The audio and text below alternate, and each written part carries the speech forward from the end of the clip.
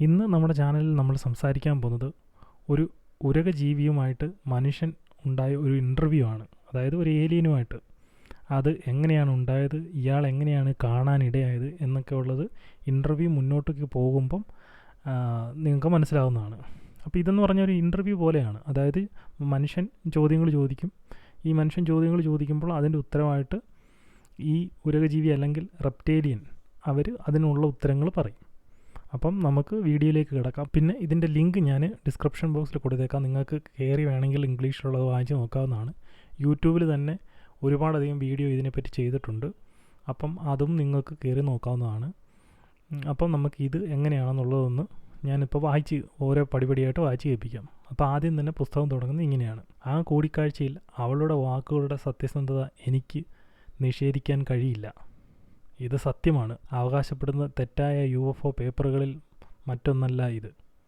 സത്യം പറയുന്നതായി അവകാശപ്പെടുന്നതും എന്നാൽ വാസ്തവത്തിൽ വെറും കെട്ടുകഥ പറയുന്നതും ഈ ട്രാൻസ്ക്രിപ്റ്റിൽ മാത്രമാണ് എന്ന് എനിക്ക് ബോധ്യമുണ്ട്. അതിനാൽ നിങ്ങളിത് വായിക്കണം. അതായത് പുള്ളി പറയുന്നതെന്ന് വെച്ച് കഴിഞ്ഞാൽ ഇത് ഇങ്ങനെ ഒരുപാട് UFOയുടെ കഥകളെന്ന് പറഞ്ഞിട്ട്, അതായത് ഈ അന്യഗ്രഹ ജീവിയുടെ പേടകമാണ്, അതാണ് ഇതാണ് അങ്ങനെ കഥയെന്നൊക്കെ പറഞ്ഞ് തട്ടിവിടുന്ന പോലത്തെ ഒരു കഥയൊന്നുമല്ല ഇത്. പുള്ളി ഇത് പറയുന്നത് ഇത് നിങ്ങൾ വായിച്ച് നോക്കണം എന്നാണ് പുള്ളി പറയുന്നത്. അപ്പം ഈ പുള്ളിക്കാരനാണെങ്കിൽ ഏകദേശം 3 മണിക്കൂറോളം ഈ റെപ്റ്റേലിയൻ ഫീമെയിലുമായിട്ട് സംസാരിച്ചു എന്നാണ് പറയുന്നത്. അപ്പോൾ ഈ അഭിമുഖത്തിൻ്റെ എല്ലാ കാര്യങ്ങളും ഒന്നും പുള്ളി പുറത്തു വിട്ടില്ല. കാരണം ചില കാര്യങ്ങൾ പുറത്തു വിടാൻ പറ്റത്തില്ല. അത് പ്രത്യേകമായിട്ട് ഇവർ പറഞ്ഞിട്ടുണ്ടായിരുന്നു. ഈ സ്ത്രീ ഈ റെപ്റ്റേലിയൻ ഫീമെയിൽ പറഞ്ഞിട്ടുണ്ടായിരുന്നു. അതുകൊണ്ട് തന്നെ അതിൽ പുറത്തു വിടാൻ പറ്റുന്ന കാര്യങ്ങൾ മാത്രമാണ് പുറത്തു വിട്ടിരിക്കുന്നത്. ഈ ഇൻ്റർവ്യൂ നടക്കുന്നത് സ്വീഡനിൽ വെച്ചാണ്. ഓക്കെ, അപ്പം നമുക്ക് ഈ ഇൻ്റർവ്യൂവിൻ്റെ അദ്ദേഹം ചോദിച്ച ഓരോ ചോദ്യങ്ങളും അതിനുത്തരമായിട്ട് ഈ റെപ്റ്റേലിയൻ ഫീമെയിൽ പറഞ്ഞ ഉത്തരങ്ങളും നമുക്കൊന്ന് നോക്കാം. അപ്പോൾ ആദ്യത്തെ ചോദ്യം ഇങ്ങനെയാണ്: നിങ്ങൾ ആരാണ്? നിങ്ങളൊരു അന്യഗ്രഹ ജീവിയാണോ? അതോ ഈ ഗ്രഹത്തിൽ നിങ്ങളുടെ ഉത്ഭവം കണ്ടെത്താൻ കഴിയുമോ? അപ്പോൾ അതിനുത്തരമായിട്ട് ഈ റെപ്റ്റേലിയൻ ഫീമെയിൽ പറയുന്നതാണ്: നിങ്ങൾക്ക് സ്വന്തം കണ്ണുകൊണ്ട് കാണാൻ കഴിയുന്നത് പോലെ ഞാൻ നിങ്ങളെപ്പോലെയുള്ള ഒരു മനുഷ്യനല്ല. സത്യം പറഞ്ഞാൽ ഞാൻ ഒരു യഥാർത്ഥ സസ്തനിയല്ല. സസ്തനി എന്ന് പറഞ്ഞാൽ മാമൽസ്. ഞാൻ ഒരു ഉരകജീവിയാണ്. വളരെ പഴയ ഒരു ഉരകവംശത്തിൽപ്പെട്ടതാണ്. ഞങ്ങൾ തദ്ദേശീയ ഭൂപ്രദേശങ്ങളിലാണ്. ദശലക്ഷക്കണക്കിന് വർഷങ്ങളായി ഞങ്ങൾ ആ ഗ്രഹത്തിൽ ജീവിക്കുന്നു. നിങ്ങളുടെ ക്രിസ്ത്യൻ ബൈബിളിലെ പോലെയുള്ള മതപരമായ രചനകളിൽ ഞങ്ങളെ പരാമർശിക്കുന്നു. പുരാതന മനുഷ്യഗോത്രങ്ങളിൽ പലരും ഞങ്ങളുടെ സാന്നിധ്യത്തെക്കുറിച്ച് ബോധവാന്മാരായിരുന്നു. ഞങ്ങളെ ദൈവങ്ങളായി ആരാധിച്ചിരുന്നു. ഉദാഹരണത്തിന് ഈജിപ്തുകാരും ഇങ്കകളും മറ്റ് നിരവധി പഴയ ഗോത്രങ്ങളും നിങ്ങളുടെ ക്രിസ്ത്യൻ മതം നിങ്ങളുടെ സൃഷ്ടിയിൽ ഞങ്ങളുടെ പങ്ക് തെറ്റിദ്ധരിച്ചു. അതിനാൽ നിങ്ങളുടെ രചനകളിൽ ഞങ്ങളെ ദുഷ്ടസർപ്പം എന്ന് പരാമർശിക്കുന്നു. ഇത് തെറ്റാണ്. നിങ്ങളുടെ വംശം അന്യഗ്രഹ ജീവികളാണ് ജനിതകരമായി രൂപകൽപ്പന ചെയ്തത്. ഈ ത്വരിതപ്പെടുത്തിയ പരിണാമ പ്രക്രിയയുടെ ഏറെക്കുറെ നിഷ്ക്രിയ സന്ദർശകരായിരുന്നു ഞങ്ങൾ. നിങ്ങളുടെ ജീവിവർഗം വെറും 2 മുതൽ 3 ദശലക്ഷം വർഷങ്ങൾക്കുള്ളിൽ സ്വാഭാവികമായി പൂർണ്ണമായും അസാധ്യമായ വേഗതയിൽ പരിണമിച്ചുവെന്ന് നിങ്ങൾ അറിഞ്ഞിരിക്കണം.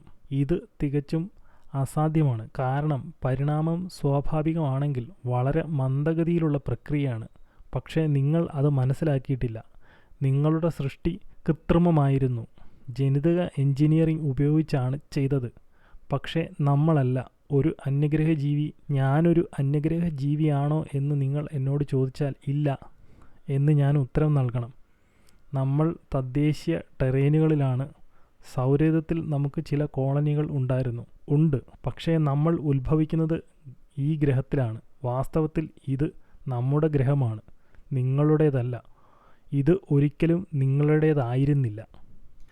ആദ്യം ചോദിച്ച ചോദ്യത്തിനുള്ള ഉത്തരമാണ് ഇപ്പോൾ വന്നത്. അതായത് ഈ റെപ്റ്റേലിയൻ സ്പീഷീസ് എന്ന് പറയുന്നത് ഈ ഇൻ്റർവ്യൂവിൽ അവർ പറഞ്ഞതനുസരിച്ചിട്ട് ഇവർ ഈ ഭൂമിക്ക് പുറത്തുനിന്ന് വന്ന ജീവികളൊന്നുമല്ല.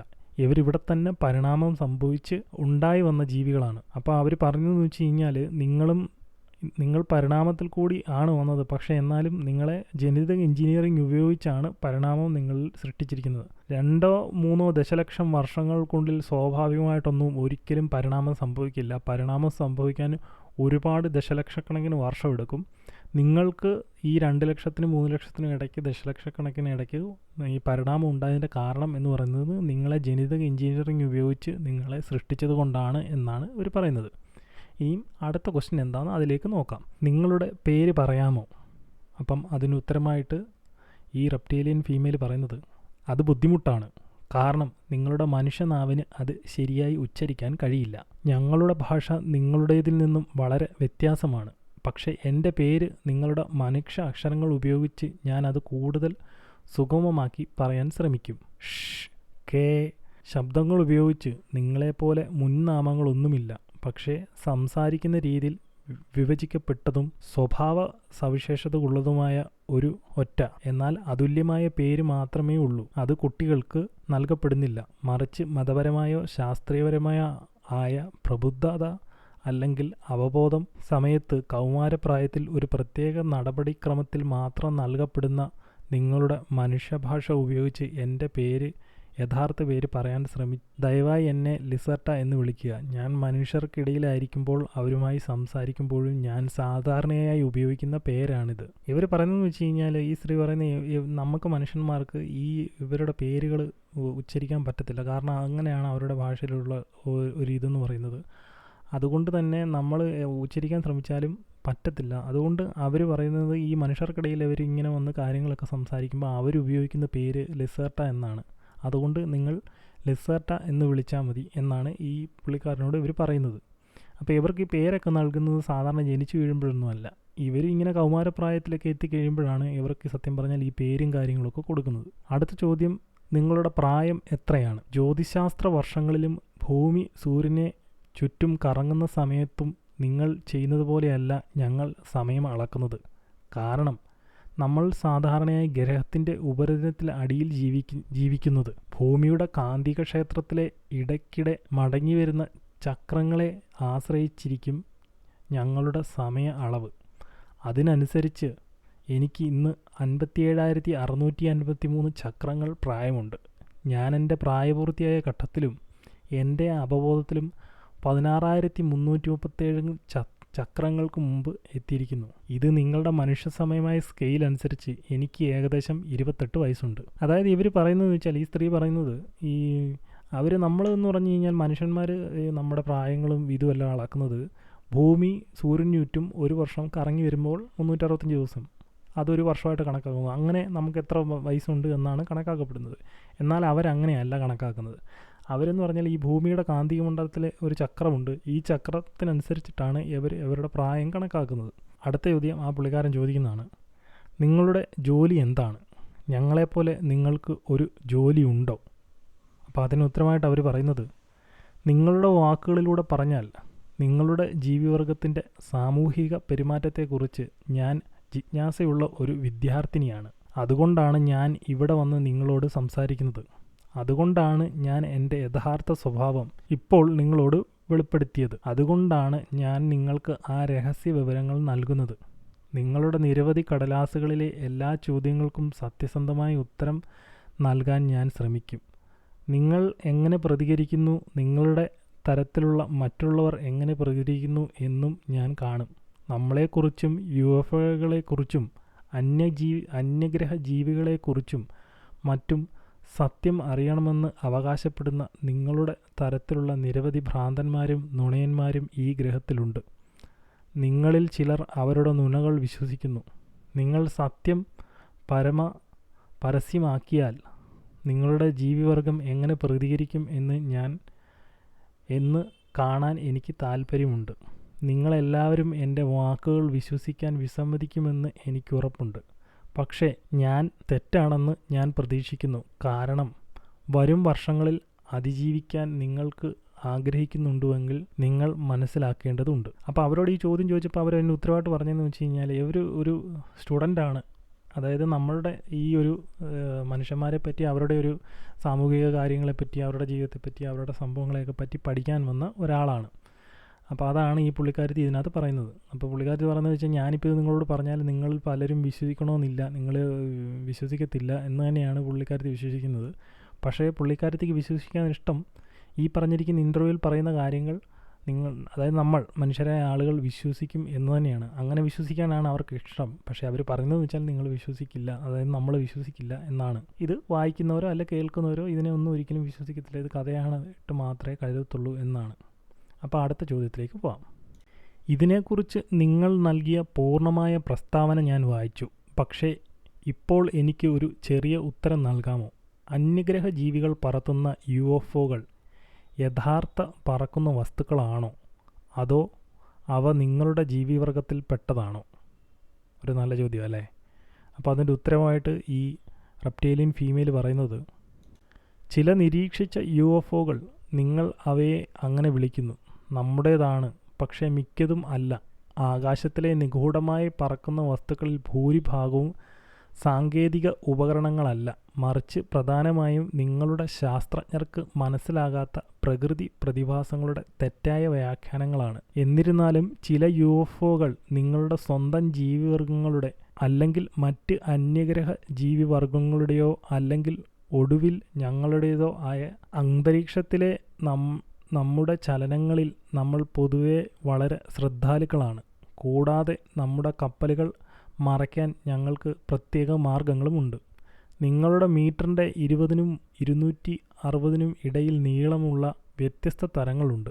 ഒരു ലോഹ തിളക്കമുള്ള ചാരനിറത്തിലുള്ള സിഗാർ ആകൃതിയിലുള്ള സിലിണ്ടർ വസ്തുവിനെ കണ്ടതിനെക്കുറിച്ചുള്ള ഒരു റിപ്പോർട്ട് നിങ്ങൾ വായിച്ചാൽ ആ വസ്തു വളരെ ആഴത്തിലുള്ള ഒരു ഹമ്മിങ് ശബ്ദം പുറപ്പെടുവിച്ചിട്ടുണ്ടെങ്കിൽ സിഗാറിൻ്റെ ലോഹപ്രതലത്തിൽ 5 തിളക്കമുള്ള ചുവന്ന ലൈറ്റുകൾ ഉണ്ടെങ്കിൽ നിങ്ങളിൽ ആരെങ്കിലും നമ്മുടെ കപ്പലുകളിൽ ഒന്ന് കണ്ടിരിക്കാൻ സാധ്യതയുണ്ട്. അതിനർത്ഥം അത് ഭാഗികമായി തകരാറിലായതോ അല്ലെങ്കിൽ നമ്മളിൽ ആരെങ്കിലും വേണ്ടത്ര ശ്രദ്ധിച്ചില്ല എന്നതോ ആണ്. ഡിസ്ക് ആകൃതിയിലുള്ള ഒരു ചെറിയ കപ്പലും ഞങ്ങളുടെ കൈവശമുണ്ട്.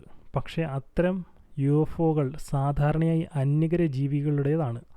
ത്രികോണ ആകൃതിയിലുള്ള UFOകൾ സാധാരണയായി നിങ്ങളുടെ സ്വന്തം സൈന്യത്തിൻ്റേതാണ്. പക്ഷേ അവ നിർമ്മിക്കാൻ വിദേശ സാങ്കേതികവിദ്യ ഉപയോഗിച്ചിരിക്കുന്നു. ഞങ്ങളുടെ ഒരു ക്രാഫ്റ്റിനെ കാണാൻ നിങ്ങൾക്ക് ശരിക്കും ആഗ്രഹിക്കുന്നുണ്ടെങ്കിൽ ആർട്ടിക്, അന്റാർട്ടിക്, ഇന്നർ ഏഷ്യ എന്നിവയ്ക്ക് മുകളിലുള്ള ആകാശത്തേക്ക് നിങ്ങൾ നോക്കണം. അപ്പോൾ ഈ ഒരു ചോദ്യത്തിന് ഉത്തരവായിട്ട് അവർ പറയുന്നതെന്ന് വെച്ചാൽ, ഈ UFOകളൊക്കെ ഇങ്ങനെയൊക്കെ ഉള്ളതാണെന്ന് ചോദിക്കുമ്പോൾ അവർ പറയുന്നത്, ഇതിൽ കൂടുതലും എന്ന് പറഞ്ഞാൽ നമ്മുടെ അന്തരീക്ഷത്തിൽ നടക്കുന്ന ചില പ്രകൃതിയുടെ പ്രതിഭാസങ്ങളാണ്. ഇത് മനസ്സിലാക്കാൻ നമ്മുടെ ശാസ്ത്രജ്ഞർക്ക് കഴിഞ്ഞിട്ടില്ല. അതുകൊണ്ട് നമ്മളതിനെ UFO ആയിട്ട് തെറ്റിദ്ധരിക്കുന്നതാണെന്നാണ് ഇവർ പറയുന്നത്. പിന്നെ മറ്റ് ചിലതുണ്ട്, അത് അന്യഗ്രഹ ജീവികളുണ്ട്. ഈ അന്യഗ്രഹ ജീവികളുടെ പേടകങ്ങളുണ്ട്, അതില്ലാന്ന് അവർ പറയുന്നില്ല, അതുണ്ട്. പിന്നെ ചിലത് നമ്മുടേത് തന്നെ, അതായത് നമ്മുടെയൊക്കെ ഈ ഗവൺമെൻറ്റുകളിൽ പെട്ടവർ ഇങ്ങനെയൊക്കെ ഉള്ളത് ക്രാഫ്റ്റുകൾ കണ്ടുപിടിച്ചിട്ടുണ്ട്. അതെന്ന് പറഞ്ഞാൽ അതിന് ട്രയാങ്കിൾ ഷേപ്പിലുള്ളതാണ്. ഈ സാധനങ്ങൾ നമ്മൾ മനുഷ്യന്മാർ തന്നെ കണ്ടുപിടിച്ച നമ്മളുടെ സ്വന്തം വാഹനങ്ങളാണ്. ഈ ഡിസ്ക് ഷേപ്പിലുള്ളത് അന്യഗ്രഹ ജീവികളാണെന്നാണ് ഈ റിസർച്ച് പറയുന്നത്. അവരുടെ സ്പേസ് ഷിപ്പിൻ്റെ ഒരു ഇതൊന്ന് ഡിസ്ക്രിപ്ഷൻ ഇപ്പോൾ അവർ പറഞ്ഞേക്കുന്നതെന്ന് വെച്ച് കഴിഞ്ഞാൽ, സിഗാർ ഷേപ്പ്, അതായത് നമ്മുടെ ഈ സിഗരറ്റിൻ്റെ ഷേപ്പ് ഇങ്ങനെ ആ ഒരു ഷേപ്പിൽ ഇങ്ങനെയുള്ള രീതിയിലുള്ള സിഗാർ ഷേപ്പിലുള്ള വസ്തുവാണെന്നാണ് അവർ പറഞ്ഞിരിക്കുന്നത്. അതാണ് അവരുടെ സ്പേസ് ക്രാഫ്റ്റ് എന്ന് പറയുന്നത്. അതുപോലെ തന്നെ അതിൻ്റെ പ്രതലത്തിൽ തിളക്കമുള്ള 5 ചുവന്ന ലൈറ്റുകളുണ്ട്. ഇങ്ങനെയൊക്കെയുള്ള കൃത്യമായ കാര്യങ്ങൾ പറഞ്ഞിട്ടുണ്ട്. പിന്നെ ഒരു ഹമ്മിങ് സൗണ്ട് ഇങ്ങനെ വരും എന്നൊക്കെയാണ് ഈ ലിസാർട്ട പറഞ്ഞിരിക്കുന്നത്. അതാണ് അവരുടെ സ്പേസ് ക്രാഫ്റ്റ് എന്നാണ് അവർ പറഞ്ഞിരിക്കുന്നത്. അല്ലെങ്കിൽ വിമാനം എന്നോ എന്ത് വേണമെങ്കിലും നിങ്ങൾക്ക് അതിനെ വിളിക്കാം, UFO എന്നോ അങ്ങനെ എന്ത് വേണമെങ്കിലും വിളിക്കാം. അപ്പം UFOയുടെ കാര്യത്തിൽ ഇപ്പോൾ എല്ലാവർക്കും ഏകദേശം ഒരു ഐഡിയ കിട്ടി എന്ന് ഞാൻ വിശ്വസിക്കുന്നു. അപ്പം നമുക്ക് അടുത്ത ചോദ്യത്തിലേക്ക് പോകാം. നിങ്ങളുടെ വർഗത്തെ തിരിച്ചറിയാൻ നിങ്ങൾക്ക് ഒരു പ്രത്യേക ചിഹ്നമോ അതേപോലെയുള്ള മറ്റെന്തെങ്കിലുമോ ഉണ്ടോ? അപ്പോൾ അതിനുത്തരമായിട്ട് ഈ റെപ്റ്റേലിയൻ ഫീമെയിൽ പറയുന്നത്, ഞങ്ങളുടെ വർഗത്തെ പ്രതിനിധീകരിക്കുന്ന 2 പ്രധാന ചിഹ്നങ്ങളുണ്ട്. ഒരു ചിഹ്നം കറുത്ത പശ്ചാത്തലത്തിൽ 4 വെളുത്ത ചിറകുള്ള ഒരു നീല സർപ്പമാണ്. ഈ ചിഹ്നം എൻ്റെ സമൂഹത്തിൻ്റെ ചില ഭാഗങ്ങളിൽ നിന്ന് ഉപയോഗിച്ചിരിക്കുന്നു. എന്നാൽ ഇന്ന് അത് വളരെ അപൂർവമാണ്. നിങ്ങൾ മനുഷ്യർ നിങ്ങളുടെ പഴയ രചനകളിൽ ഇത് പലപ്പോഴും പകർത്തിയിട്ടുണ്ട്. മറ്റൊരു ചിഹ്നം ഒരു നിഗൂഢ ജീവിയാണ്. മധ്യത്തിൽ 7 വെളുത്ത നക്ഷത്രങ്ങളുള്ള വൃത്തത്തിൻ്റെ ആകൃതിയിലുള്ള ഡ്രാഗൺ എന്ന് നിങ്ങൾ വിളിക്കും. ഈ ചിഹ്നം ഇന്ന് വളരെ സാധാരണമാണ്. എൻ്റെ മുൻ ഉത്തരത്തിലോ ഏതെങ്കിലും ഭൂഗർഭ ഇൻസ്റ്റാളേഷനിലോ ഞാൻ വിവരിച്ച ഒരു സിലിണ്ടർ ക്രാഫ്റ്റിലോ ഈ ചിഹ്നങ്ങളിൽ ഒന്ന് നിങ്ങൾ കാണുകയാണെങ്കിൽ ഈ വസ്തുവോ സ്ഥലമോ തീർച്ചയായും നമ്മുടേതാണ്. കഴിയുന്ന വേഗം അവിടെ നിന്ന് നിങ്ങൾ പോകാൻ ഞാൻ നിങ്ങളെ ഉപദേശിക്കുന്നു. അതായത് ഈ ചോദ്യത്തിൽ പറഞ്ഞേക്കുന്ന ഉത്തരം വളരെ സിമ്പിളാണ്. ഇവർക്ക് രണ്ട് സിമ്പലാണുള്ളത്. അതൊന്ന് വളരെ പ്രാചീനമായുള്ള ഒന്നാണ്. മറ്റേതെന്ന് പറഞ്ഞു കഴിഞ്ഞാൽ നക്ഷത്രങ്ങൾ, 7 നക്ഷത്രങ്ങൾ വൃത്താകൃതിയിൽ അടുക്കിയിരിക്കുന്ന രീതിയിലുള്ള ഒരു ചിഹ്നം. അങ്ങനെ 2 ചിഹ്നങ്ങളാണ് ഇവർക്കിപ്പോൾ ഉള്ളത്. അപ്പോൾ അടുത്ത അദ്ദേഹത്തിൻ്റെ ചോദ്യം, ഈ മനുഷ്യനായ അദ്ദേഹത്തിൻ്റെ ചോദ്യം, നിങ്ങൾ പരാമർശിച്ച രണ്ടാമത്തെ ചിഹ്നത്തിലെ 7 നക്ഷത്രങ്ങൾ അവ പ്ലിയേഡികളെ ആണോ അർത്ഥമാക്കുന്നത്? അതായത് പ്ലിയേഡി സ്റ്റാർ സിസ്റ്റത്തെ ആണോ അർത്ഥമാക്കുന്നത് എന്നാണ് നമ്മളുടെ ഈ മനുഷ്യനായ വ്യക്തി ചോദിച്ചത്. അപ്പോൾ അതിനുത്തരം ഈ റെപ്റ്റേലിയൻ ഫീമെയിൽ പറയുന്നത് അത് പ്ലിയേഡി സ്റ്റാർ സിസ്റ്റം അല്ല. വാസ്തവത്തിൽ 7 നക്ഷത്രങ്ങൾ ഞങ്ങളുടെ ഗ്രഹങ്ങളും ഉപഗ്രഹങ്ങളുമാണ്. അവ സൗരയൂഥത്തിലെ നമ്മുടെ മുൻ 7 കോളനികളുടെ പ്രതീകമാണ്. നക്ഷത്രങ്ങളെ നീല പശ്ചാത്തലത്തിൽ മുന്നിൽ കാണിച്ചിരിക്കുന്നു. ഡ്രാഗൺ വൃത്തം ഭൂമിയുടെ ആകൃതിയെ സൂചിപ്പിക്കുന്നു. 7 വെളുത്ത നക്ഷത്രങ്ങൾ ചന്ദ്രൻ, ചൊവ്വ, ശുക്രൻ, മുമ്പ് നമ്മൾ കോളനിവൽക്കരിച്ച വ്യാഴത്തിൻ്റെയും ശനിയുടെയും 4 ഉപഗ്രഹങ്ങൾ എന്നിവയെ സൂചിപ്പിക്കുന്നു. 2 കോളനികൾ ഇപ്പോൾ ഉപയോഗത്തിലില്ല, ഉപേക്ഷിക്കപ്പെട്ടവയാണ്. അതിനാൽ 5 നക്ഷത്രങ്ങളായിരിക്കും കൂടുതൽ ശരി.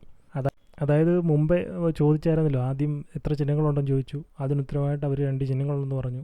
അപ്പോൾ അതിലെ രണ്ടാമത്തെ ചിഹ്നം എന്താണ് സൂചിപ്പിക്കുന്നതെന്ന് ഇദ്ദേഹം ചോദിച്ചു കഴിഞ്ഞപ്പോൾ അപ്പോൾ അവർ വിശദീകരിച്ചെന്ന് പറഞ്ഞാൽ ഈ ചിഹ്നത്തിൽ ഉള്ള ഈ 7 നക്ഷത്രം എന്ന് പറയുന്നത് ഇവർ പണ്ട് കോളനി ആയിട്ട്, അതായത് നമ്മളിപ്പം ഈ മാർസിൽ പോയി താമസിക്കണം, അല്ല ചൊവ്വഗ്രഹത്തിൽ പോയി താമസിക്കണം എന്നൊക്കെ ഇലോൺ മസ്ക് പറയുന്ന പോലത്തെ സംഭവം. അവർ അന്ന് ഇങ്ങനെയുള്ള 7 കോളനികൾ ഇവർക്കുണ്ടായിരുന്നു. അപ്പോൾ അതിൻ്റെ ലിസ്റ്റും കൃത്യമായിട്ട് ഇതിനകത്ത് പറയുന്നുണ്ട്. നിങ്ങളത് കേൾക്കുകയാണെങ്കിൽ മനസ്സിലാവും. അത് ശനിയുടെയും വ്യാഴത്തിൻ്റെയും ഉപഗ്രഹങ്ങളായ 4 ഉപഗ്രഹങ്ങളിലും ഇവർക്ക് കോളനി ഉണ്ടായിരുന്നു. അതല്ലാതെ ചൊവ്വയിലും ശുക്രനിലും ഒക്കെ ഇവർക്ക് ഈ കോളനികൾ ഇവർ സ്ഥാപിച്ചിരുന്നു. അതിനെ റെപ്രസെൻറ്റേറ്റ് ചെയ്യാൻ വേണ്ടിയിട്ടാണ് 7 നക്ഷത്രങ്ങൾ. പിന്നെ ഈ ഒരു ഇതെന്ന് പറഞ്ഞു കഴിഞ്ഞാൽ നമ്മുടെ ഭൂമിയുടെ ഇതാണ്. ആ ഒരു വൃത്തം എന്ന് പറയുന്നത് ഉദ്ദേശിക്കുന്നത് ഭൂമിയുടെ ഷേപ്പ്. അപ്പം നമുക്കിനി അടുത്ത ചോദ്യത്തിലേക്ക് പോവാം. നിങ്ങളുടെ യഥാർത്ഥ അസ്തിത്വവും ഈ കഥയുടെ സത്യവും തെളിയിക്കാൻ വളരെ ഉപകാരപ്രദമായ ഫോട്ടോകൾ എടുക്കാൻ നിങ്ങൾ എന്നെ അനുവദിച്ചിട്ടില്ലാത്തതിനാൽ നിങ്ങളെക്കുറിച്ച് വിശദമായി വിവരിക്കാമോ? അതാണ് ഇദ്ദേഹത്തിന് ചോദ്യം. അപ്പം ഈ റെപ്റ്റേലിയൻ ഫീമെയിൽ പറയുന്നത്, എൻ്റെ ചില ഫോട്ടോകൾ എടുക്കാൻ കഴിയുമെങ്കിൽ ഈ അഭിമുഖത്തിൻ്റെ ആധികാരികത തെളിയിക്കുന്നത് സഹായകരമാകുമെന്ന് എനിക്കറിയാം. അല്ലെങ്കിൽ നിങ്ങൾ മനുഷ്യർ വളരെ സംശയാലുക്കളാണ്. അതിനാൽ നിങ്ങളുടെ കൈവശം അത്തരം ഫോട്ടോകൾ ഉണ്ടെങ്കിൽ പോലും നിങ്ങളിൽ പലരും അവ വഞ്ചനയാണെന്നും അതൊരു മുഖംമൂടി ധരിച്ച മനുഷ്യ സ്ത്രീ മാത്രമാണെന്നും അല്ലെങ്കിൽ അതേപോലെ എന്തെങ്കിലുമാണെന്നും പറയും. എൻ്റെയോ എൻ്റെ ഉപകരണങ്ങളെയോ ഫോട്ടോ എടുക്കാൻ എനിക്ക് നിങ്ങളെ അനുവാദം നൽകാൻ കഴിയില്ല എന്ന് നിങ്ങൾക്ക് മനസ്സിലാക്കണം. അതിന് നിരവധി കാരണങ്ങളുണ്ട്. അത് നിങ്ങളുടേതുമായി കൂടുതൽ ചർച്ച ചെയ്യാൻ ഞാൻ ആഗ്രഹിക്കുന്നില്ല. പക്ഷേ ഒരു കാരണം നമ്മുടെ അസ്തിത്വത്തിൻ്റെ രഹസ്യം നിലനിർത്തുക എന്നത്. മറ്റൊരു കാരണം കൂടുതൽ മതപരമാണ്. എന്നിരുന്നാലും എൻ്റെ രൂപത്തിൻ്റെയോ എൻ്റെ ഉപകരണങ്ങളുടെയോ ചിത്രങ്ങൾ വരയ്ക്കാൻ നിങ്ങൾക്ക് അനുമതിയുണ്ട്. ഞാൻ അത് പിന്നീട് നിങ്ങൾക്ക് കാണിച്ചു തരാം. എനിക്കും എന്നെ തന്നെ വിവരിക്കാൻ ശ്രമിക്കാം. പക്ഷേ നിങ്ങളുടെ തരത്തിലുള്ള മറ്റുള്ളവർക്ക് യഥാർത്ഥ രൂപം ലളിതപരമായ വാക്കുകളിൽ നിന്ന് സങ്കല്പിക്കാൻ കഴിയുമോ എന്ന് ഞാൻ സംശയിക്കുന്നു. കാരണം ഉരക ജീവിവർഗങ്ങളുടെ പൊതുവെ നിങ്ങളുടേതല്ലാത്ത ബുദ്ധിമാനായ ജീവിവർഗങ്ങളുടെയും നിലനിൽപ്പിനെ യാന്ത്രികമായി നിഷേധിക്കുന്നത് നിങ്ങളുടെ മനസ്സിൻ്റെ പ്രോഗ്രാമിൻ്റെ ഭാഗമാണ്. ശരി, ഞാൻ ശ്രമിക്കാം. ഒരു സാധാരണ മനുഷ്യ സ്ത്രീയുടെ ശരീരം സങ്കല്പിക്കുക. ആദ്യം നിങ്ങൾ എൻ്റെ ശരീരത്തെക്കുറിച്ച് നല്ല ഭാവനയുണ്ട്. നിങ്ങളെപ്പോലെ എനിക്കും ഒരു തല, 2 കൈ, 2 കാലുകൾ എന്നിവയുണ്ട്. എൻ്റെ ശരീരത്തിൻ്റെ അനുപാതം നിങ്ങളുടേതിൻ്റെ സമാനമാണ്. ഞാൻ സ്ത്രീ ആയതിനാൽ എനിക്ക് 2 സ്തനങ്ങളുണ്ട്. നമ്മളുടെ ഉരക ഉത്ഭവമായിരുന്നിട്ടും പരിണാമ പ്രക്രിയയിൽ നാം നമ്മളുടെ കുഞ്ഞുങ്ങൾക്ക് പാൽ നൽകാൻ തുടങ്ങിയിട്ടുണ്ട്. അത് ഏകദേശം 30 ദശലക്ഷം വർഷങ്ങൾക്ക് മുമ്പ് സംഭവിച്ചു. കാരണം കുഞ്ഞുങ്ങൾ ജീവനോടെ നിലനിർത്താൻ ഇതാണ് നല്ലത് എന്ന് ഏറ്റവും നല്ല കാര്യം. പരിണാമം ഇത് നിങ്ങളുടെ ജീവിവർഗത്തിന് ഇതിനധികം തന്നെ ദിനോസർ യുഗത്തിലും അല്പം കഴിഞ്ഞ് നമ്മളുടെ ജീവിവർഗത്തിനും ചെയ്തു. അതിനർത്ഥം നമ്മൾ എപ്പോൾ യഥാർത്ഥ സസ്തനികളല്ല എന്നുള്ളതാണ്. പക്ഷേ നമ്മളുടെ സ്തനങ്ങൾക്ക് മനുഷ്യ സ്ത്രീയുടെ പോലെ വലുതല്ല. അവയുടെ വലിപ്പം പൊതുവേ എൻ്റെ തരത്തിലുള്ള എല്ലാ സ്ത്രീകൾക്കും തുല്യമാണ്. ബാഹ്യ പ്രത്യുൽപാദന അവയവങ്ങൾ ഇരു ലിംഗക്കാർക്കും മനുഷ്യരുടേതിനേക്കാൾ ചെറുതാണ്, പക്ഷേ അവ ദൃശ്യമാണ്. അവയ്ക്ക് നിങ്ങളുടേതിന് സമാനമായ പ്രവർത്തനമുണ്ട്. എൻ്റെ ചർമ്മം പ്രധാനമായും പച്ച ബീജ് നിറമാണ്, കൂടുതൽ ഇളം പച്ച. കൂടാതെ നമ്മുടെ ചർമ്മത്തിലും മുഖത്തും തവിട്ട് ക്രമരഹിതമായ ഡോട്ടുകൾ ചില പാറ്റേണുകൾ ഉണ്ട്. ഇത് രണ്ട് ലിംഗക്കാർക്കും വ്യത്യാസമാണ്, പക്ഷേ സ്ത്രീകൾക്ക് കൂടുതലുണ്ട്, പ്രത്യേകിച്ച് താഴത്തെ ശരീരത്തിലും മുഖത്തും. എൻ്റെ കാര്യത്തിൽ നിങ്ങൾക്ക് അവ എൻ്റെ നെറ്റിയിലൂടെ, എൻ്റെ കവിളിലൂടെയും താടിയിലൂടെയും കടന്നു പോകുന്ന എൻ്റെ 2 വരകൾ കാണാൻ കഴിയും. എൻ്റെ കണ്ണുകൾക്ക് മനുഷ്യൻ്റെ കണ്ണുകളേക്കാൾ അല്പം വലുതാണ്, കാരണം ഇരുട്ടിൽ നമുക്ക് നന്നായി കാണാൻ കഴിയും. കൂടാതെ സാധാരണയായി വലിയ കറുത്ത കൃഷ്ണമണികളിൽ ആധിപത്യം പുലർത്തുന്നു. അവ ഒരു ചെറിയ തിളക്കമുള്ള പച്ച ഐറിസ് കൊണ്ട് ചുറ്റപ്പെട്ടിരിക്കുന്നു. കൃഷ്ണമണി പിളർന്നിരിക്കുന്നു. അതിൻ്റെ വലിപ്പം ഒരു ചെറിയ കറുത്ത വരയിൽ നിന്നും വിശാലമായി തുറന്നിട്ട മുട്ടയുടെ ആകൃതിയിലേക്കുള്ള ഓവലിലേക്ക് മാറ്റാൻ കഴിയും. കാരണം നമ്മളുടെ റെറ്റിന വളരെ പ്രകാശ സംവേദനക്ഷമതയുള്ളതാണ്. കൃഷ്ണമണി ഇത് താരതമ്യം ചെയ്യണം. നിങ്ങൾക്ക് ബാഹ്യമായി വൃത്താകൃതിയിലുള്ള ചെവികളുണ്ട്, പക്ഷേ അവ നിങ്ങളുടേതുപോലെ ചെറുതും വളഞ്ഞതുമല്ല. പക്ഷേ നിങ്ങളുടെ ചെവികൾക്ക് ശബ്ദത്തിന് കൂടുതൽ സെൻസിറ്റീവ് ആയതിനാൽ ഞങ്ങൾക്ക് നന്നായി കേൾക്കാൻ കഴിയും. ചെവികൾക്ക് മുകളിൽ ഒരു പേശി അല്ലെങ്കിൽ ലിഡ് ഉണ്ട്. അത് അവയെ പൂർണ്ണമായും അടയ്ക്കും. ഞങ്ങളുടെ മൂക്ക് കൂടുതൽ കൂർത്തതാണ്.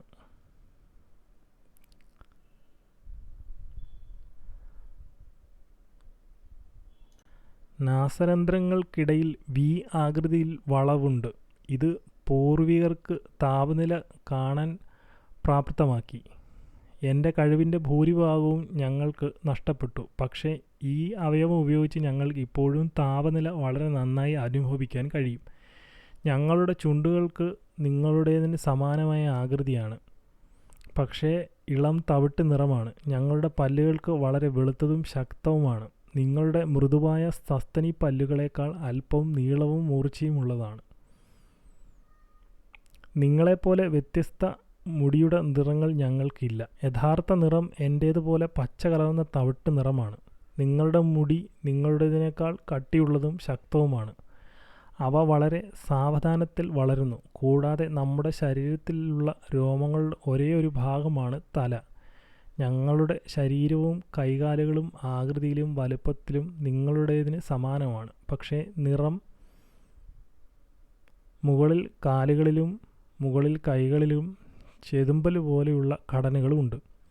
ഞങ്ങളുടെ 5 വിരലുകൾ മനുഷ്യൻ്റെ വിരലുകളേക്കാൾ അല്പം നീളവും നേർത്തതുമാണ്. കൈപ്പത്തിയിലെ ചർമ്മം വ്യക്തവുമാണ്. അതിനാൽ നിങ്ങളെപ്പോലെ വളരില്ല, പക്ഷേ വീണ്ടും ചെതുമ്പൽ പോലെയുള്ള ചർമ്മം ഘടനയുടെ തവിട്ട് ഡോട്ടുകളുടെയും സംയോജനമാണ്. നിങ്ങളെപ്പോലെ വിരലടയാളങ്ങൾ ഞങ്ങൾക്കില്ല. എൻ്റെ ചർമ്മത്തിൽ തൊട്ടാൽ അത് നിങ്ങളുടെ രോമമുള്ള ചർമ്മത്തേക്കാൾ മൃദുവാണ് നിങ്ങൾക്ക് തോന്നും. 2 നടുവിരലുകളുടെയും മുൻഭാഗത്ത് ചെറിയ മൂർച്ചയുള്ള കൊമ്പുകളുണ്ട്. നഖങ്ങൾ ചാരനിറമാണ്. സാധാരണയായി നിങ്ങളുടേതിനേക്കാൾ നീളമുണ്ട്. എൻ്റെ നഖങ്ങൾ മുകളിൽ അത്ര നീളമുള്ളതും വൃത്താകൃതിയുള്ളതുമല്ലെന്ന് നിങ്ങൾ കാണുന്നു, കാരണം ഞാൻ സ്ത്രീയാണ്. പുരുഷന്മാർക്ക് ചിലപ്പോൾ നിങ്ങളുടെ സെൻറ്റിമീറ്ററിൽ 5 അല്ലെങ്കിൽ 6 നീളമുള്ള മൂർച്ചയുള്ള നഖങ്ങളുണ്ട്. ഇനി പറയുന്ന സവിശേഷത വളരെ വ്യത്യാസമാണ്. നിങ്ങളുടെ ശരീരത്തിൽ നിന്നും നമ്മുടെ ഉത്ഭവത്തിൽ നിന്നും വളരെ വ്യത്യാസമാണ് ഈ സവിശേഷത. എൻ്റെ മുകളിലത്തെ പിൻഭാഗത്ത് നിങ്ങൾ സ്പർശിച്ചാൽ എൻ്റെ വസ്ത്രത്തിലൂടെ ഒരു കഠിനമായ അസ്ഥി രേഖ അനുഭവപ്പെടും. അത് എൻ്റെ നട്ടെല്ലല്ല, മറിച്ച് തല മുതൽ ഇടുപ്പ് വരെ നമ്മളുടെ നട്ടെല്ലിനെ കൃത്യമായി പിന്തുടരുന്നു. ചർമ്മത്തിൻ്റെയും ടിഷ്യൂവിൻ്റെയും വളരെ ബുദ്ധിമുട്ടുള്ള ആകൃതിയിലുള്ള ഒരു ബാഹ്യ പ്ലേറ്റ് ഘടനയാണ്. ഈ ഘടനയിലും പ്ലേറ്റുകളിലും വളരെ ഉയർന്ന നരമ്പുകളും വലിയ രക്തക്കുഴലുകളും ഉണ്ട്. അതുകൊണ്ട് തന്നെ ഈ കസേരകളിൽ ഇരിക്കാൻ നമുക്ക് എപ്പോഴും ബുദ്ധിമുട്ടാണ്. നമ്മുടെ ശരീര താപനില നിയന്ത്രിക്കുക എന്നതാണ്. പ്രകൃതിദത്തമോ കൃത്രിമമോ ആയ സൂര്യപ്രകാശത്തിൽ ഇരിക്കുമ്പോൾ ഈ പ്ലേറ്റുകൾ കൂടുതൽ രക്തത്താൽ നിറയുകയും ഈ പ്ലേറ്റുകൾ വിശാലമാവുകയും സൂര്യന് നമ്മുടെ റെപ്റ്റോയിഡ് രക്തത്തെ പല ഡിഗ്രി ചൂടാക്കാൻ കഴിയുകയും അത് നമുക്ക് വലിയ സന്തോഷം നൽകുകയും ചെയ്യുന്നു. നിങ്ങളുടെ തരത്തിൽ നിന്ന് വ്യത്യസ്തമായ മറ്റൊന്ന് നമുക്ക് പൊക്കിൾ ഇല്ല. കാരണം നിങ്ങളുടെ സസ്തനികൾ ജനനത്തിൽ നിന്ന് വ്യത്യസ്തമായ രീതിയിലാണ് നാം ജനിച്ചത്. നിങ്ങളുടെ തരത്തിലുള്ള മറ്റ് ബാഹ്യ വ്യത്യാസങ്ങൾ നിസ്സാരമാണ്. ഇപ്പോൾ ഞാൻ എല്ലാം പരാമർശിക്കേണ്ടതില്ലെന്ന് ഞാൻ കരുതുന്നു. കാരണം നമ്മൾ വസ്ത്രം ധരിച്ചാൽ അവയെ മിക്കതും ദൃശ്യമാകില്ല. എൻ്റെ ശരീരത്തെക്കുറിച്ചുള്ള വിവരണം വേണ്ടത്ര വിശദമായി ഉണ്ടായിരുന്നെങ്കിൽ എന്ന് ഞാൻ പ്രതീക്ഷിക്കുന്നു. കുറച്ച് ചിത്രങ്ങൾ വരയ്ക്കാൻ ഞാൻ നിങ്ങളെ ഉപദേശിക്കുന്നു. അതായത് ഇതിനകത്ത് അവർ പറഞ്ഞേക്കുന്നതെന്ന് വെച്ച് കഴിഞ്ഞാൽ ഇവരുടെ ശരീരത്തിൻ്റെ ഇതിനെപ്പറ്റിയാണ് പറഞ്ഞിരിക്കുന്നത്. അപ്പോൾ ഇവരുടെ നിറം എന്ന് പറഞ്ഞാൽ ഏകദേശം ഈ പച്ച കലർന്ന അങ്ങനെയൊക്കെ ഉള്ളൊരു നിറമാണ് ഇവർക്കുള്ളത്. പിന്നെ മനുഷ്യന്മാരെ പോലെ തന്നെ 5 വിരലും കൈയും കാലും കണ്ണുമൊക്കെ ഉണ്ട്. ഇവരുടെ കണ്ണിൻ്റെ ഒരു പ്രത്യേകത എന്ന് പറഞ്ഞാൽ കൃഷ്ണമണികൾ ഇങ്ങനെ നമ്മുടെ ഈ മുതലയുടെ ഇതിൻ്റെയൊക്കെ കണ്ണ് പോലെ ഇങ്ങനെ ഒരു സ്ലിറ്റ് ഉണ്ടാവും. ഈ കൃഷ്ണമണി പിന്നെ അവർക്ക് രാത്രിയൊക്കെ ആകുമ്പോൾ ഇതങ്ങ് വിടർന്നു വരും. അതായത് ഓവൽ ഷേപ്പ്, ഒരു മുട്ടയുടെ ഷേപ്പിലേക്ക് വരും. അപ്പോൾ അവർക്ക് കൂടുതൽ ഈ രാത്രിയിലൊക്കെ കൃത്യമായി കാണാൻ സാധിക്കും. പിന്നെ അതുപോലെ തന്നെ അവർ പറയുന്നത് വെച്ച് കഴിഞ്ഞാൽ അവരുടെ ഈ പുറകിൽ, അവരുടെ ഈ ശരീരത്തിൻ്റെ പുറകിലായിട്ട് ഒരു പ്ലേറ്റ് ഘടന പോലെ ഒരു സംഭവമുണ്ട്. അതിലേക്കാണ് ഈ രക്തക്കുഴലുകളും കാര്യങ്ങളും മറ്റുമെല്ലാം വരുന്നത്. അതുകൊണ്ട് തന്നെ ഇവർക്ക് ഈ കസേരകളിൽ, ഈ പുറവശത്ത് ഈ ചാരുള്ള കസേരകളിൽ ഇങ്ങനെ ചാരിയിരിക്കാൻ അവർക്ക് ബുദ്ധിമുട്ടാണ്. അത് അവർക്ക് ഹെർട്ട് ചെയ്യും, അതായത് വേദനിക്കും. അതേപോലെ തന്നെ ഇവർ ഈ സംഭവം ഈ വെയിലത്തൊക്കെ പോയി കിടക്കുമ്പോൾ ഈ സാധനം ഈ വെയിലത്ത് നിന്നും ഈ ചൂട് പിടിച്ചിട്ട് അവരുടെ ശരീരത്തിൻ്റെ ചൂടിങ്ങനെ ഇവർ ഉണ്ടാക്കാൻ പറ്റും. അതാണ് ഈ സംഭവത്തിൻ്റെ മറ്റൊരു പ്രത്യേകത. അതേപോലെ തന്നെ ഇവർക്കാണെങ്കിൽ ഈ താപനിലയെ കാണാൻ സാധിക്കും എന്നാണ് ഇവർ പറയുന്നത്. അങ്ങനെ കാണാൻ സാധിക്കും എന്നൊക്കെ പറയുന്നുണ്ട്. അപ്പോൾ ഇതിൻ്റെ കൂടുതൽ വിവരങ്ങൾ നിങ്ങൾക്ക് ഞാൻ വായിച്ചതിൽ നിന്ന് മനസ്സിലായി എന്ന് ഞാൻ കരുതുന്നു. അപ്പം ഇനി അടുത്ത ചോദ്യത്തിലേക്ക് പോകാം. നിങ്ങൾ സാധാരണയായി ഏതുതരം വസ്ത്രമാണ് ധരിക്കുന്നത്? നിങ്ങൾ സാധാരണയായി ഏതുതരം വസ്ത്രം ധരിക്കുന്ന രീതി ഇതല്ല എന്ന് ഞാൻ കരുതുന്നു. അപ്പോൾ അതിന് ഉത്തരവായിട്ട് ഈ റെപ്റ്റേലിയൻ ഫീമെയിൽ പറയുന്നത്, ഇല്ല, ഞാൻ മനുഷ്യർക്കിടയിലായിരിക്കുമ്പോൾ മാത്രമാണ് ഈ മനുഷ്യവസ്ത്രം ധരിക്കുന്നത്. സത്യം പറഞ്ഞാൽ ഇത്തരം ഇറുകിയ വസ്ത്രങ്ങൾ ധരിക്കുന്നത് എനിക്ക് അത്ര സുഖകരമല്ല. അത് എല്ലായ്പ്പോഴും വളരെ അസാധാരണമായ ഒരു വികാരമാണ്. നമ്മൾ നമ്മുടെ സ്വന്തം വീട്ടിലാണെങ്കിൽ, അല്ലെങ്കിൽ നമ്മുടെ വലിയ കൃത്രിമ സൂര്യപ്രകാശമുള്ള പ്രദേശങ്ങളിൽ നമ്മുടെ സ്വന്തം പേരിന് അടുത്തുള്ള മറ്റുള്ളവരോടൊപ്പം ആണെങ്കിൽ നമ്മൾ സാധാരണയായി നഗ്നരാണ്. ഇത് നിങ്ങളെ ഞെട്ടിപ്പിക്കുന്നതോ ആണോ? നമ്മൾ പൊതുവായ സ്ഥലത്തിരിക്കുമ്പോഴും എൻ്റെ വംശത്തിൽ മറ്റു പലരുമായി ഒന്നിക്കുമ്പോഴും നേർത്തതും ഭാരം കുറഞ്ഞതുമായ വസ്തുക്കൾ കൊണ്ട് നിർമ്മിച്ച വളരെ വീതിയുള്ളതും മൃദുലവുമായ വസ്ത്രങ്ങൾ ഞങ്ങൾ ധരിക്കുന്നു. നമ്മുടെ ശരീരത്തിൻ്റെ പല ഭാഗങ്ങളിലും സ്പർശനത്തിന് വളരെ സെൻസിറ്റീവാണ്. ഞാൻ നിങ്ങളോട് പറഞ്ഞിട്ടുണ്ട്, കൂടുതലും ചെറിയ ബ്ലാക്ക് പ്ലേറ്റുകൾ. അതിനാൽ ഇറുകിയ വസ്ത്രങ്ങളിൽ നമുക്ക് സുഖം തരുന്നില്ല, കാരണം ഇത് നമ്മളെ വേദനിപ്പിക്കും.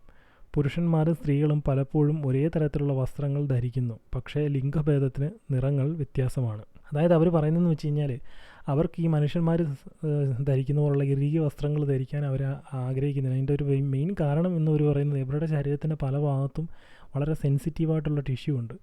അത് അവർക്ക് വേദന ഉണ്ടാക്കും. അതുകൊണ്ട് തന്നെ ഇവർ അവരുടെ ഈ വീടുകളിലുള്ളപ്പോഴോ അല്ലെങ്കിൽ പബ്ലിക് ഗ്യാതറിങ്ങിലൊക്കെ ഉള്ളപ്പോൾ ഇവർ വസ്ത്രം പൂർണ്ണമായും ധരിക്കാറില്ല. ഇവർ നഗ്നരായിട്ടാണ് ഉണ്ടാകുക എന്നുള്ളതാണ്. പിന്നെ ഇവർ വസ്ത്രങ്ങൾ ധരിക്കുന്നതെന്ന് പറഞ്ഞാൽ വളരെ നേർത്ത വലിയ വലിപ്പമുള്ള, അതായത് ഈ ബാഗി ഷേപ്പ് പോലുള്ള വസ്ത്രങ്ങളാണ് അവർ ധരിക്കുന്നത്. അത് പെണ്ണും ആണും ധരിക്കും, പക്ഷേ പെണ്ണിനും ആണിനും കളർ വ്യത്യാസമുണ്ട് എന്ന് മാത്രം. ഇപ്പോൾ അരമണിക്കൂർ ആയതുകൊണ്ട് തന്നെ നമുക്ക് ഇത് നിർത്തി രണ്ടാം ഭാഗത്തിൽ ഞാൻ പറയുന്നതായിരിക്കും. രണ്ടാം ഭാഗത്തിൽ ഇതിപ്പം ജസ്റ്റ് തുടങ്ങിയതേ ഉള്ളൂ. മറ്റുള്ള ഏലിയൻ വർഗത്തെപ്പറ്റി പറയുന്നുണ്ട്, മനുഷ്യരെ ആരാണ് സൃഷ്ടിച്ചത് എന്ന് പറയുന്നുണ്ട്. ഇപ്പോൾ കറൻ്റ്ലി നമ്മുടെ ഭൂമിയിൽ നടന്നുകൊണ്ടിരിക്കുന്ന പല വികാസങ്ങളെപ്പറ്റി പറയുന്നുണ്ട്. അങ്ങനെ വളരെ ഇൻട്രസ്റ്റിംഗ് ആയിട്ടുള്ള ഒരു വലിയ ഇൻ്റർവ്യൂ ആണിത്.